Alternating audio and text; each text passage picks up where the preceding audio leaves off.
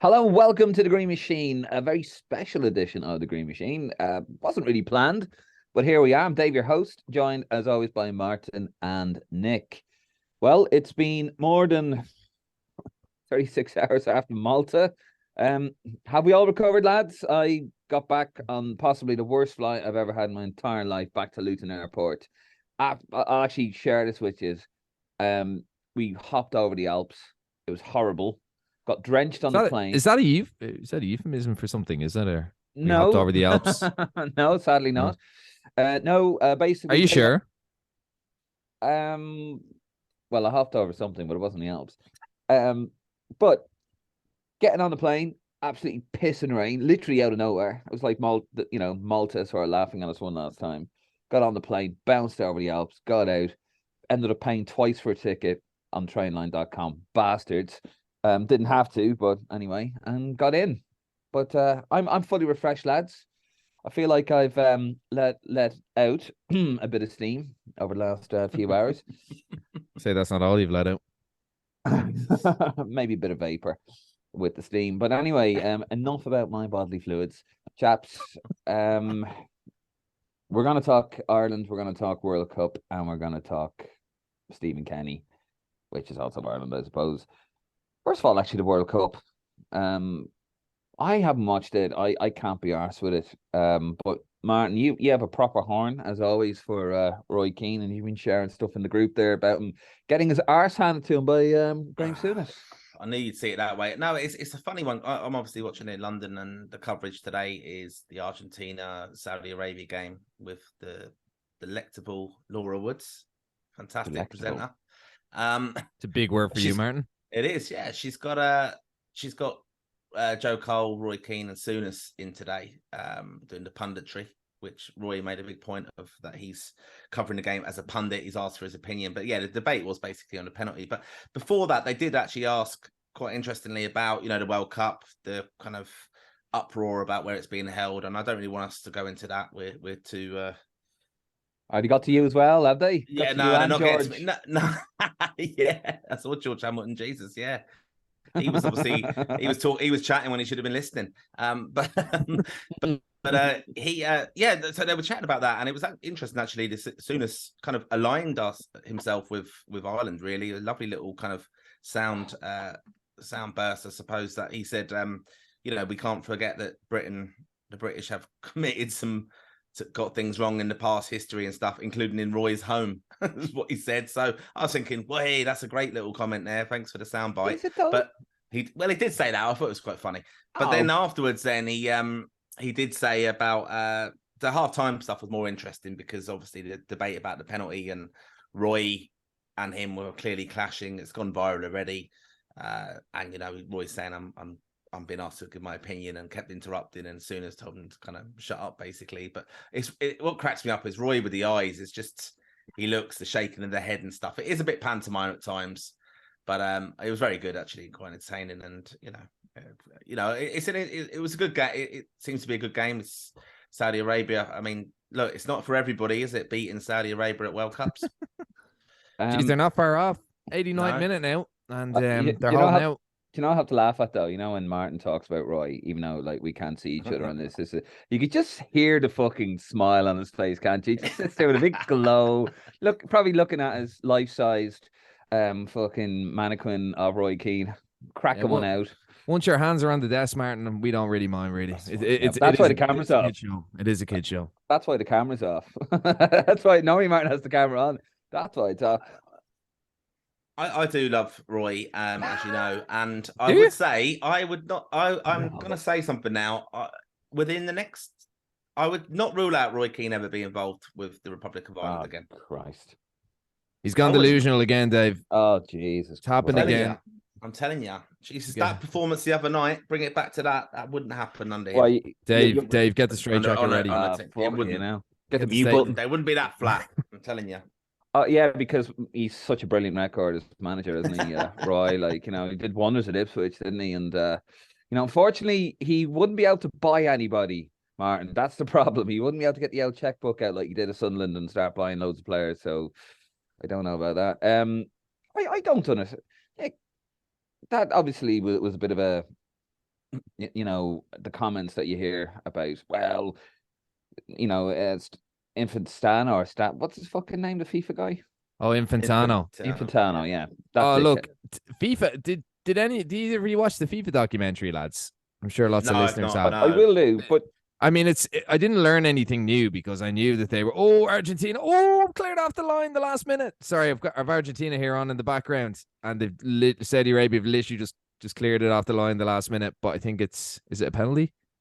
I don't know. But sorry, coming back to it. So yeah, nothing new. I mean, we know FIFA are crooked. We know that they're dodgy bastards and the whole lot, but they're just so tacky. They're all so tacky. Just even the language they use, the way they speak, they're just a bunch of tacky bastards and shameless as well. I mean, when Infantano was like, "Today, I'm gay," like, come on, man.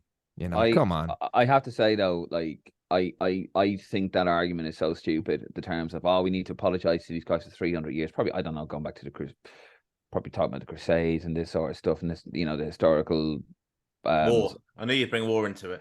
Well, no, I mean that's why he's on about. God, you got Roy in, so I get my little bit of my little wank bank in as well. No, he's just like, I think that argument's poor. Souness mentioned it as well. Well, Britain did this and that. And I was like, oh yeah, but lads, that was back in the day. This is 2022. This is still going on in 2022. Just because a country did something hundreds of thousands of years ago doesn't mean it's okay to do it now. I think that's a very, very, very poor argument. But I did like it is. But from Irish corners, and a lot of listeners will be like, "Oh, fuck you, what are you saying?" But no, it's a completely different context. You can talk about colonialism and all that kind of thing. It's completely different. Like that's it's contextual, isn't it? It's contextual, and I mean you can talk about ancient wars, and you can compare it to Qatar, but this is 2022. Exactly. It's modern civilization, civilized civilization, you would hope, and they're falling behind in so many ways. They're lagging years behind. I did like what Roy said though. I must agree here. So it came up on my Twitter. I think wasn't today, it was the other day. And he was going on about the captains, Bale and Kane, and the other team captains refusing to wear the armband, the One Love thing, because they might get booked. They were giving it the large one for so many weeks. Then they've just like gone crawling back down because FIFA have obviously threatened to book any players. So he wear the armband, which to be honest, I think would have sent out a more powerful message. And Roy turned around and said, take your medicine, do it for the first one, and then leave it at that. That would have given a great That would have given a great example. I thought. I have to be honest now, I don't agree with a lot of what Roy Keane says, but I have to say he got that spot on. He's been the highlight of the World Cup so far, apart from, what are we, 3 minutes into injury time here? So Saudi Arabia could actually beat Argentina. So far, Roy Keane has been the highlight, for me anyway. He's the gift that keeps on giving. And he's well able for Souness. Souness is a fucking spoof. Most of them are spoofers, but he's well able. He's well able, and every kind of comment, even like, did you see the offside, lads? Sorry, not the offside, the penalty that was given for Argentina. And I was watching on RTE because my buddy Kenny Cunningham, in case I haven't mentioned I haven't mentioned that in a while, so I better get it in there. And Kevin Doyle, like, straight away they were like, no, it's not a penalty. He's dragged his arm in and dragged him down. And Keane just schools Souness. Like, Souness like, no, it's a penalty. It's not about your opinion. And so far, Roy Keane has been the highlight of the World Cup. Ironically, he wouldn't go to a World Cup, but he's been the highlight of the World Cup so far. Have that, you bollocks, man. And on a separate note, if Argentina actually lose to Saudi Arabia here, look, at least we could beat them, couldn't we? Yeah, that's it. Yeah, and again, another highlight for me though is the I did see a fantastic tweet. It was from after the England game yesterday. The last player to have played for, was it Ireland under-21s to have scored in the World Cup? Before Jack Grealish. Let's not go there, Martin. Let's not go. So far, one of the worst things about this World Cup, so you Grealish and Rice playing. You've Ethan Ampadu, whose dad is from Dublin, playing yesterday. Well. The apparently the USA manager, Berntler or something, apparently he's an Irish passport, which is just a little random fact. Yeah. We're there. We're there. We are there. We're well represented. We've got Noel Mooney there. We love dropping Noel into the podcast. And also, there was someone else I just thought of there as well.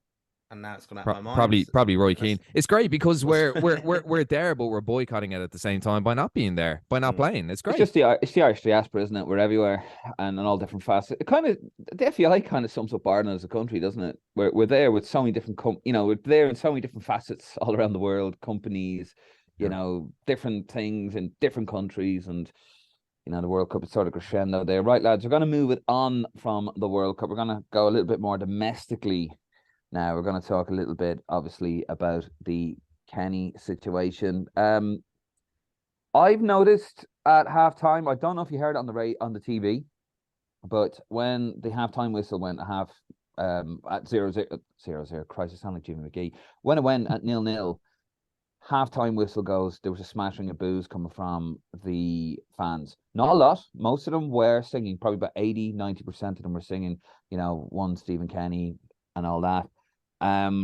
We've noticed, lads, as well. I wrote a little piece on Lowson Road. I was literally standing at the boarding gate, and I wrote from the heart, and just kind of voicing the opinion that we all share, that this is a wasted opportunity. Mick in '96 brought a young team to the US Cup to experiment because he knew what he had the senior players, which Roy Keane fucked off from. Just thought I'd get that in there. Then he did again in 2000. Brought, to expand that pool. So why didn't Kenny do something like that? I think I wrote it on the Facebook page. I think about 98% of fans there agreed with that assessment. And that's obviously what we've got. But it's very evident now, isn't it? And Dan McDonald wrote, my new pal Dan, he wrote in his article, I caught a bit of it because it was on premium and I'm not paying for it. Sorry, Dan. But, last year, you were there, Martin. They were banging on the windows of the press box when we beat Luxembourg 3-0. Today, a couple of days ago, my God, it does feel like we've gone back to square one, doesn't it? It really does. Yeah. Sorry, I'll come in now first on that, Nick, if you don't mind. But no, really it's okay. Just before you do, Martin, like the Saudis are 30 seconds away from beating Argentina. Wow. Yeah. I mean, that's amazing, isn't it? That happens. And that's not what people want as well, where they're corrupt. They won't want that. Somewhere 30 seconds. I think they can do it, Nick. They can turn that around in 20 seconds now. Yeah. Messi will probably be let get 2 or something. Yeah.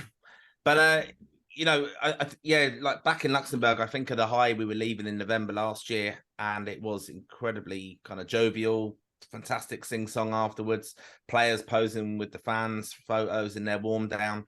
Ironically, Jamie McGrath was there that night. He hadn't even played, and I remember having a chat with him after the game. Absolutely flying. He didn't even really play that night. So it was just such a contrast. And, it is worrying now. I think a lot of the hardcore fans who go home and away are starting to turn. That's the vibe I'm getting from different kind of chat groups I'm in, forums, sometimes reading posts you're seeing on Facebook, on the Lansdowne Road page, and our own social media interaction. It's just gone very, very flat like the team were the other night. And I think it's starting to turn. And I think the FAI, I know I mentioned to you, I think they need to do something PR-wise on this quite cleverly, because I think he has to be more accountable for some of these decisions, and Stephen Kenny, why he didn't make those changes, and why he brought young players into the squad and never gave them an opportunity. I'm sure they're going to be quite pissed off as well, the likes of Cousin William and Liam Scales, for example. We had some young players in there. Even Travers could feel aggrieved that he hadn't been given a chance. And I think there's just so many unanswered questions for me in that squad. Like Robbie Brady, people are saying we have no creativity, but I think that's actually the role for Robbie Brady. And, where he's name checked him in the past as, oh, we're brilliant to have him back and he gives us that. Well, he's got to use him in them games sometimes, or Wilt Smallbone. He's got to be a bit more creative. And I think it's just very flat. And it's becoming a hard watch going away now, watching Ireland, because we used to go away and watch the games and hope for like a 1-0 against France or whatever. But now we're going away and we're not even we're not playing very well even. It's not even as entertaining when we're supposed to be playing this expansive football. It was just so flat and deep, and it didn't need to be that. And I think the hardcore fans are starting to turn now, and I'd like to hear from Kenny to give a kind of some reasoning for it. I don't think he'll do it, but I think that's what he needs to do, because I think it will turn very, very quickly in March. With that friendly in the France game. I think as well, like Nick, Martin mentioned Robbie Brady. Okay, we know Robbie Brady's a left back. That's how Martin Kenny wants to play him. But why not in a game like Malta? Just, well, do you know what? Actually, Robbie, let's see what you do behind the front two, or just experiment. Well, like the thing is, we kind of said the other day, like we were giving out that he was playing all the senior lads, that he was playing McLean, and that Hendrick came on, and that he was playing maybe John Egan instead of Liam Scales, and all these lads. We're basically giving out that he was playing the senior lads, the tried and trusted. But the thing with Robbie Brady, and I think the exception with Robbie Brady, he's coming back into the international fold after so long out, and even though he's 30. Players play a lot longer. Look at James McLean, 33, looks like he can play for another few years. So Brady, like Houlihan only started playing for Ireland when he was 31. So these kind of creative players who can play that bit deeper, they can prolong their career. So he should have come in. Yeah, absolutely. It's a great point, Dave. He could have played him in midfield. I'm like watching the World Cup even the last couple of days. I mean, I've gotten so kind of used to just watching Ireland, and you forget how technical the international players are, and we're still kind of in that mindset, and we have been for so long. I think since Mick McCarthy in 2002, that we're picking the graft over the technical ability. And the reality with international football is sometimes you do have to sacrifice that little bit of graft with technically good players who can put their foot in the ball, who can create. Like I was watching England yesterday, and obviously England are, we're not even comparable to England. And we won't be for a long, long time. But it was all technical players. There was no grafters. Declan Rice, possibly the only grafter in there, but the rest of them were all technical players who could put their foot in the ball and create. I think just in the broader point, though, never mind the game the other night, and in terms of the kind of Kenny situation, I don't think Kenny's a bad manager, but I think it showed that when he had a decent kind of backroom team behind him, he was able to manage, and they were able to do the nitty-gritty coaching. Anthony Barry is a massive, massive loss. John Eustace is doing a decent job at Birmingham City. I think he probably could have come in and done a decent job as well. Keith Andrews, I think he's losing. Like, we're not on the training pitch, and it was the same situation with Robbie Keane when we were kind of criticizing him when he was there under Mick. But we're not on the training pitch, but we're seeing absolutely no evidence of anything different. Like, people will say, and sorry, I know I'm going on, but I think it's important just to get across. The people are saying, well, we pass it around a lot better. I mean, we're passing it around without purpose. And yes, under Trapattoni and O'Neill, we were lumping it. There was very little structure. It was very hard to watch, but we're passing around for the sake of passing around with no end product.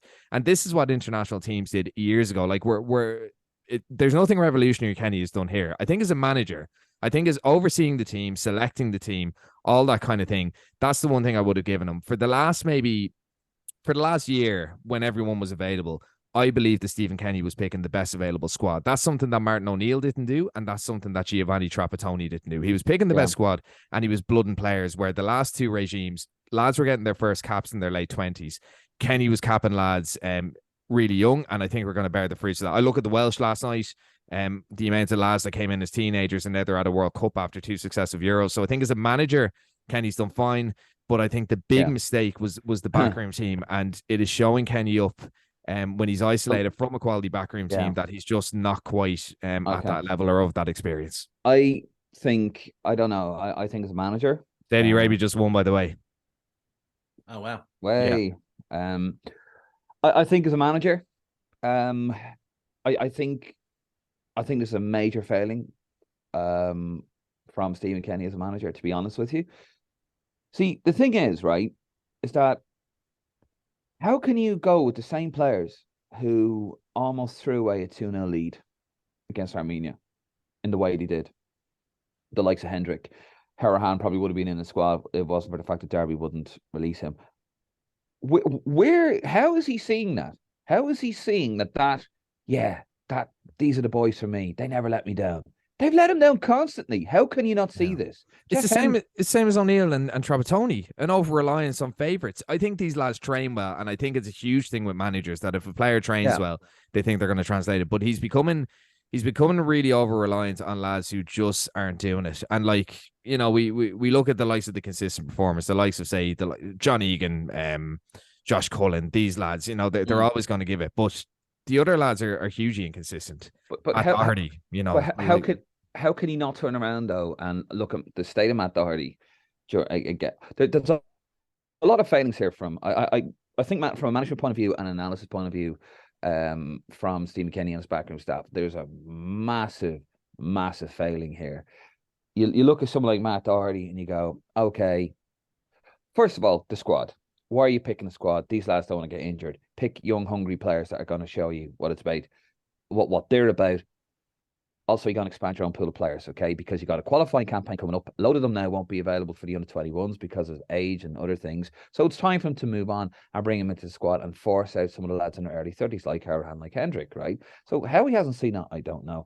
How he can turn around after the 2-0, losing a 2-0 lead against Armenia, think, oh yeah, these are the boys for me. They never let me down. They constantly let him down. We're talking about the same players here. How can he go without doubt as a left back? Right, which wasn't working. Now, he was one of the better players on the pitch, but that doesn't mean it was working. It wasn't working. He was passing it back all the time. You're trying to press on with wingers. So you have a left wing back playing in Swansea City every week.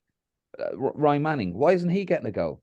You know, why aren't you playing an actual left wing back who's playing as a left wing back week in, week out in a championship and selecting a makeshift left back when you actually have one? But the thing is, Dave, and it's the point I made earlier. He's picked the best available squad, and there's been no complaints about his last few squads, and now that's starting to creep in, and he can't afford for that to creep in. Like I said, the massive plus with Kenny, and something that we should have been doing for years and years and years, is he's capping lads, you know, probably before they should be capped. The likes of Parrott, the likes of Ida have come in, you know, Oma Bamadeli. Where now that's drying up because even though they're not playing, and we keep making this point, our player pool is so thin that we are going to have to start dipping into lads who maybe aren't starting every week for their clubs, the likes of Connor Coventry, the likes of Connor Ronan. But there would have been nothing to lose by capping them, and that's a huge mistake. Exactly, and that's what I can't get over. Like, why isn't somebody from, you know, is that a conversation has a backroom staff? I'm sure it must be. I mean, what have we learned? We've learned absolutely nothing positive from this, and I think I can't get over it. I think that's what people have a massive issue with. Yeah, it's not even the results. It's the nature of how the friendlies were used. It's just how they were used. There's no point. You're gonna just annoy players. You got Will Smallbone. You never know, like, what can happen in a couple of years. He could get a call up to England if he has a good season with Stoke. Maybe has a good season or two in the Premier League. All of a sudden, England come knocking, and then we've lost this guy because we've messed him about. I have to say, like, and he's coming out and he was talking about Norway, and he was on about the Norway game after the Malta game. Yeah. And you're like, yeah, but you were playing Norway's third string team. They didn't even have their best player on the pitch, and it was so bland and boring. I don't get it, lads. I think he's starting to lose a little. I think he's starting to lose focus. The big issue, and sorry, I know I'm dominating a little bit here. You know I like to be dominant, Martin, don't you? Oi, oi. Yeah. But you probably like that, Dave. But But I think the thing is, everyone was behind Kenny, but we've had 3 really bad windows, and I think he's gotten away with it so far that the Scotland match masked a huge amount of things. Now, Scotland were shocking that day, and Scotland actually should have been about 2-3-0 up before we scored the first one. And we ended each window well. We start the windows badly. We lost Armenia, and then we draw away in Łódź. Do you like that, Dave? We draw away in Łódź against Ukraine's B team, and everyone thinks it's hunky dory. In the last one, you know, if we lose to Armenia, we're fucked. We beat them really bad, really incomprehensively, but we still beat them with the last minute winner, and then, you know, it makes the gap between then and now a little bit easier. We've beaten Malta, but as I said, it's nothing to do with the results; it's the nature of it. So we've had 3 really, really poor windows, and I think it's no coincidence that is since Anthony Barry left. March wasn't the worst. You know, the Lithuania game was shocking, really, really bad. We drew against a Belgium team who were completely experimenting. So it's becoming consistently bad. Like, I think the momentum we had with Kenny and what kind of brought things back for him were results against much lower ranked teams that we should be putting away. You know, the likes of Azerbaijan, the likes of Luxembourg. We were celebrating them like we won the World Cup, when in reality, that Qatar team that played the other night, that were so poor against Ecuador, they beat both of those teams, and we hammered Qatar. So we were doing things that should have been expected. We haven't hit that low and ebb that we shouldn't be expecting those things. So the fact that it's 3 bad windows in a row, I think, is very telling. I think he stifled his own progress. That's what I think has happened. I think, look, I expected the World Cup to not start off so great, and then towards the end come on strong, which I thought we would do. And then he went with the game in Azerbaijan. Sorry, the game in Armenia, which was so poor. Hendrick, Coleman, they were all terrible, these senior lads. and you think, okay, you need to change it. Doesn't change it. I think he made substitutions late 60s, early 70s again. You're thinking, okay, so game management's been poor, has been poor all throughout his tenure. Then it's Ukraine at home, and it was Ukraine's B team. It was dreadful. He had a two-man midfield with Cullen and Hendrick. I was watching it. I thought, my God, how can you not see how bad this is? This is bad. Take him off. Change it up, for fuck's sakes. Doesn't do it. And we lose 1-0. And then Scotland puts the three-man midfield, the Holy Trinity, I call it. Cullen, the engine room, Cullen, Knight, Malumbi. Okay, we got away with a couple of things there, but that's football sometimes, you know? You dominate a bit, all of a sudden you're 2-0 down because of two mistakes and you're battered. Or sometimes it goes the other way. And it went for us. I thought, great. And we did the same in Ukraine. Probably should have won that, but you think, all right, bit of momentum. And then Scotland away, that could have gone anyway. Picked the Holy Trinity again in midfield. Fantastic. Cullen goes out injured. Armenia home. Hendrick's in. The whole thing goes to shit. He's so lethargic. He's so pedestrian in midfield. You cannot play that style of football. This team can play that style of football. I don't want to hear people say we don't have the players. We have the players. We can play that football. You can play at international level, right, with maybe lesser players, you know, in inverted commas or whatever. But you can drill them into a team and you can beat anybody if you got your shit together and you have your tactics down, okay? We're too predictable now, though. Well, we have an 11 that can do that, and probably the defense is a little bit shaky at times, but it's a young defense, so you reckon that will grow with time, okay? What he needs is replacements and reinforcements for the engine room, okay? That's what he needs. Hendrick, Howerhan are not up to it. Brown is a good substitution. He has a good team there. That is a good team that can play football. But yeah, you know, and we'll move it on because we got other stuff to talk about. But he really, really missed the boat in this one. He should have expanded his pool. Let's see what Smallbone can do. Let's see what the likes of Scales can do. Manning as well. It was complete waste, and I think he's actually pissed all over himself, quite frankly. And everybody now is starting to turn on him a little bit. We want to see an upturn fortune. We don't want to see this guy out of a job. We want to see him do well. You know, we've been his biggest champions, but we have to call what we see, lads. And it's not good at the moment. And it's not good. And we beat Malta with our first shot in the 54th minute, our first shot, and it was a gift from a centre back. Yeah, that is not good enough. There's people kind of saying, look, how are people turning on Kenny so quickly and all this kind of thing? It's been a progression thing. Like in June, we were like, oh shit, this is a bit of a blip, but look, we have a bit of momentum. In September, it was kind of similar. We were like, oh shit, it's a bit of a blip. But now it's becoming kind of the norm after, you know, like if you think about it, when everyone's singing Stephen Kenny's name and all this kind of thing, like I'm seeing things online, people saying, oh, you need to get behind the manager. You know, this is the right thing. Of course, questions are going to be asked. And as I said, it could be something as simple as just getting in a really competent assistant who can do the nitty gritty, maybe improving the scouting system, because, you know, with Ryan Manning not being in there, simple things like that. Like it's a really small thing, but it's a simple thing. That's a bigger picture. But football changes really quickly, doesn't it? I mean, look at the likes of Thomas Tuchel. Where with Kenny, yes, we were very pro Kenny, but I think it's now becoming a consistent worry, and we're seeing the same mistakes over and over again. He's not learning from them. So I think it's a fair place to be. And I don't know what I think we're stuck with him for the next year. I think financially and practically they won't do anything, and look, that's just what it is. But I think we are very, very right to be very, very concerned at the moment. And as I said, people will say we don't have the players. I think we have a fairly decent depth of players, you know, compared to other nations. Yeah. Look at the North. Look at some other countries around our level. Like we're not too bad. We didn't exactly get thumped by Norway the other night. We haven't exactly been thumped by anyone in the last little while. But it's small little things and consistent mistakes that Kenny's making that are, you know, shooting red flags left, front, and center. Yeah. Okay. We'll move it on a little bit there. Well, still Ireland related, actually. He has announced. Well, it hasn't been announced, but Martin, you shared this in the group. The Irish Daily Mirror's Mark McCadden has reported that apparently we've got Latvia lined up. We spoke about it on the live show, didn't we? We said that there had to be a slot there for a friendly game because we only had the one in March against France at home, our World Cup, our European Championship qualifier opener. This is what he had to say in it. Stephen Kenny wasn't giving much away. It's not confirmed, but you know, there's no smoke without fire. He said, "I'm not sure there's loads of teams available because there are qualifiers on that week.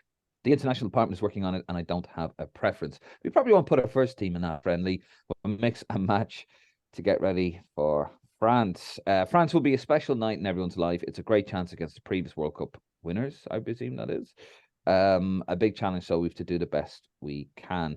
Not going to put a lot of butts in seats, to quote a very famous wrestling commentator. Sorry, lads. Right, don't know why I said that, but yeah, that's not really going to. I mean, we'll still be there. I'll still be going to it, but yeah, Latvia. It's not the most intriguing kind of fixture, is it? But these teams are around our level. Let's just cut to the chase on that. And you know, Kevin Doyle said it the other night. We are the minnows now. Basically, that's what we're viewed as around Europe with our kind of horrendous results. And it's been interesting there listening away to you both. Kind of, I did take a little bit of a sit back and listen there, because it isn't good listening, is it? To be honest, it not our show, of course, but no, it's just where we are position wise. It's just a bit of a downer going into the end of the year, and that's where, you know, we've got thinking of commercial minded a little bit with this. You know, the sales of the season tickets are happening now. If we've come off the back as we did Luxembourg last year with a win going into this, I know we did against Malta. Technically, you know, it was a win, but it was an atrocious performance. But there's a bounce into that next qualifier, isn't there? And we're not really having that now. It's so flat, and I think that will impact ticket sales. And when you're then saying, oh, well, what's the fixtures that are covered in the season ticket, and you're hearing first up we'll have Latvia, you know, and you're hearing the manager talk about it in that kind of tone, it's not the most fascinating, and you know, you're not dying to get a ticket for it, are you?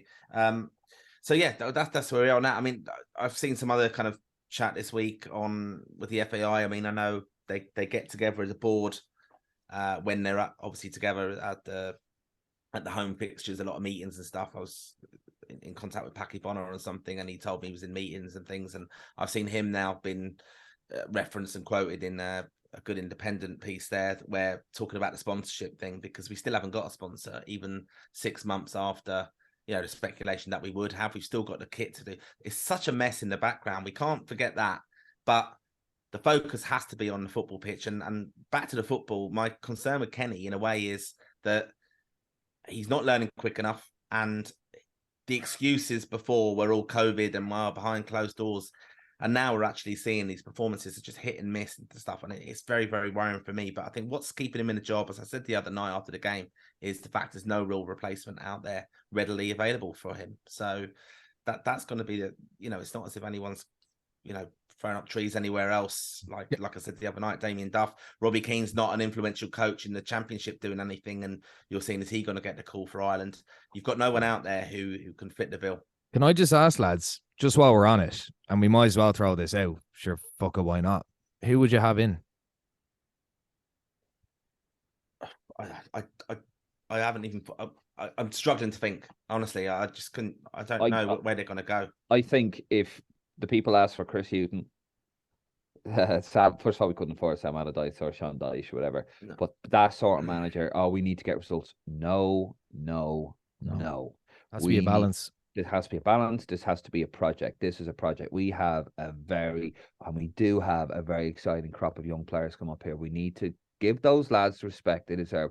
I don't want and Chris Hughton, I love the guy. He's a gentleman. We speak very highly of him here, right? Rightfully so, trailblazer, okay? But let's be honest, he would be a bit of a foreign coach because he spent so much time in England. So what I mean by that is they would come in, and it's like Martin O'Neill, born in Ireland, but came in like a foreign coach, like Trapattoni, looked down on us a little bit. I know it'll be a case of, oh, well, you know, I've come all the way over here to, you know, you should look up to me. You should, you know, I'm not going to listen to your opinions, that sort of stuff. Trapp is very arrogant. So is O'Neill, let's be honest. I don't want someone like that.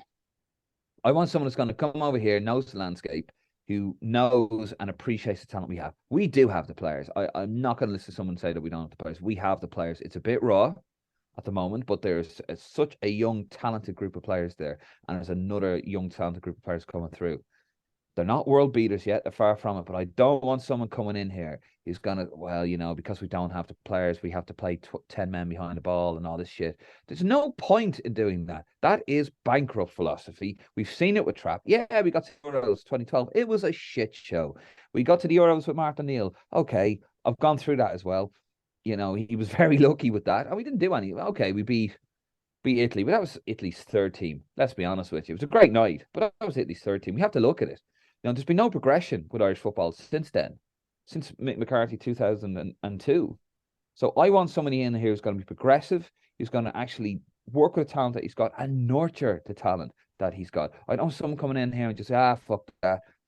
10 men behind the ball, lads. I know what I'm doing. I managed in the Premier League for X amount of years, blah, blah, blah. You lads haven't got a clue. I'm the big cheese, you're the smell, that kind of batch. I don't want that.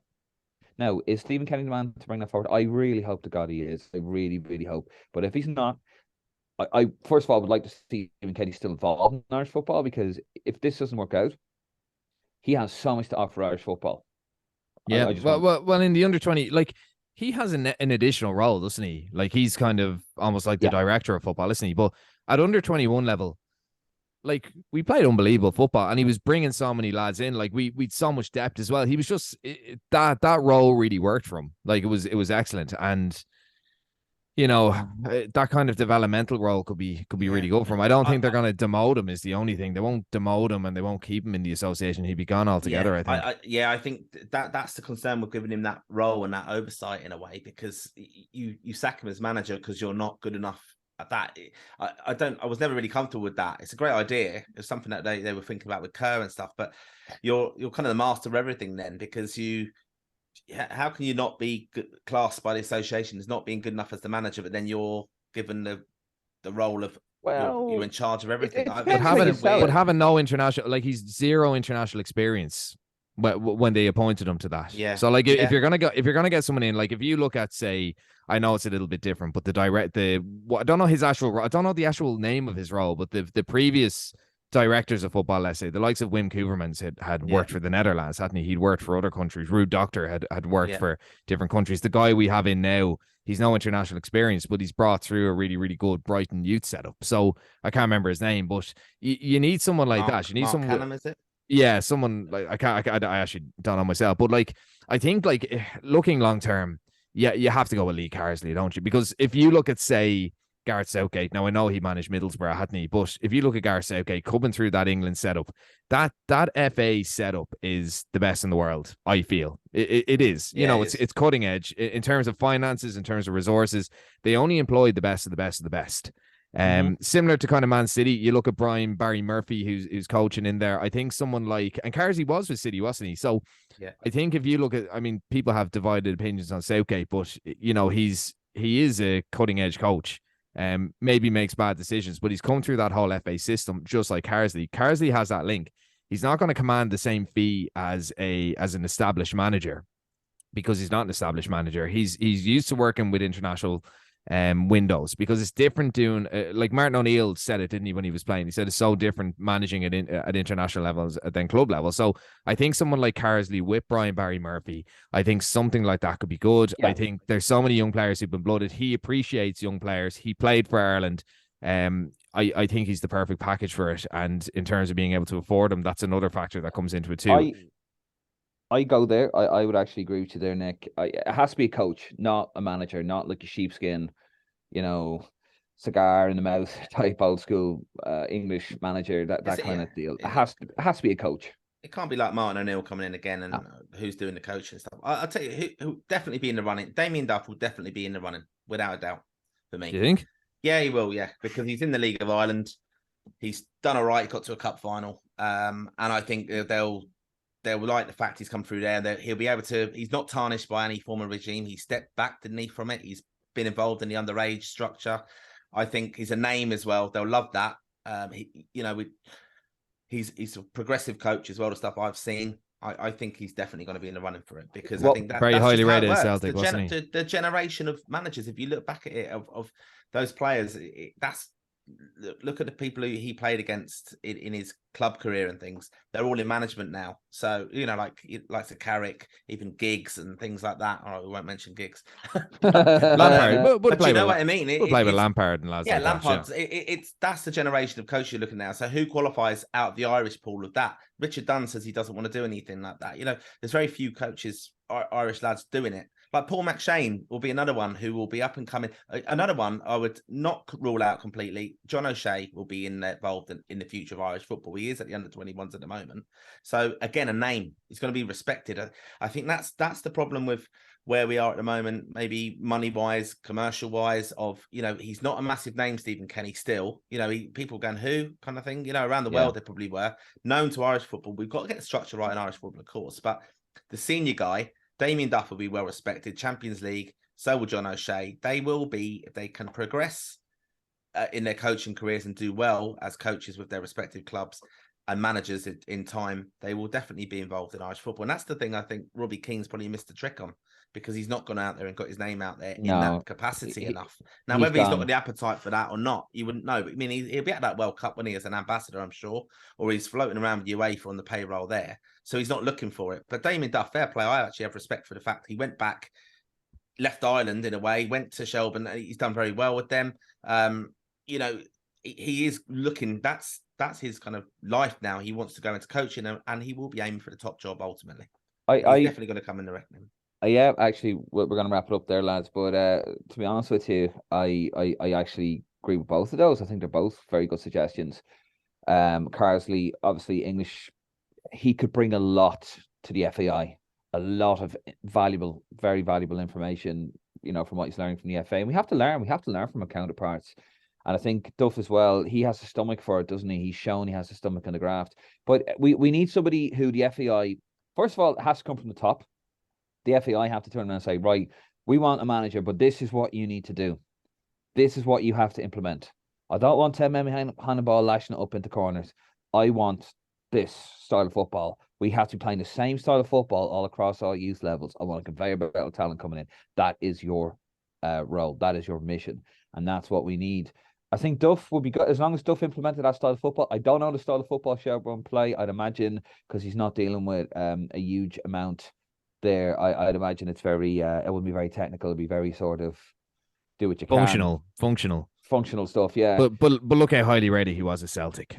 Oh, I'd imagine if he had to implement a good passing style, he could, because but he seems to roll the sleeves up. Robbie Keane is an absolute no-go for me. Lovely fella, legend for Ireland, but I think the problem was he kind of went in there thinking, I'm a legend, so you should give me the role. Well, he asked for the job, didn't he? He asked for the job. I mean, that's not how you do it. I mean, Delaney would have given it to him from what I've read. But no, we need somebody who's willing to put the work in. Carsley, Duff, definitely. Big enough name to get into certain places, to talk players through, that kind of thing. But lads, listen, we're going to leave it there.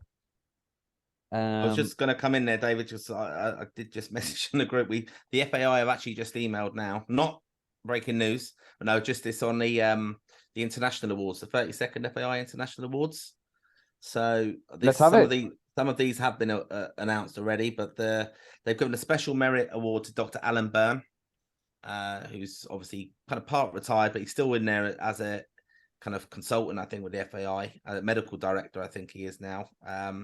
But yeah, he got a special merit award. He's done a great job over the years. He's very familiar to many of us on our travels and stuff, and seeing him with the Ireland team. And I would recommend anyone do go back to listen to the story of when Shane Duffy got the injury that time, which was, basically could have cost him his life. And the role Alan Byrne played in that was incredible. It was a really good kind of thing to listen to. But yeah, just on to the awards, basically. Senior Men's International Player of the Year, Josh Cullen. Young International Player of the Year, Gavin Bazunu. Katie McCabe won the Women's International Goal of the Year. Who do you think? Alan Brown, probably. Alan Brown against Norway. It was Troy Parrott. That's the volley, isn't it? Lithuania. Under 21 player was Connor Coventry, and under 19s. We'll have to focus a little bit on him, Nick. I'll get you to do some research, but the under 19s men's international player of the year was Bosun Lawal, and he was someone Celtic, who was chatting to someone about him, a scout the other night about him, and he was telling me this lad is definitely going to be flying up the ranks of the FAI. So yeah, he's one to definitely keep an eye on. But yeah, they're the awards that we'll obviously share and on our media platforms with that. Super stuff. Thank you very much for that, lads. We're going to leave it there. Tell us what you think in the comments. If you haven't already, give us a follow on our Green Machine Twitter, Facebook, Instagram. You've also got the Lansdowne Road Facebook, Instagram, and Twitter. And also this episode and many Other episodes, all our episodes actually, are available on the greenmachinepodcast.com. Lads, thank you very much. Good night, or good afternoon, really. And God bless.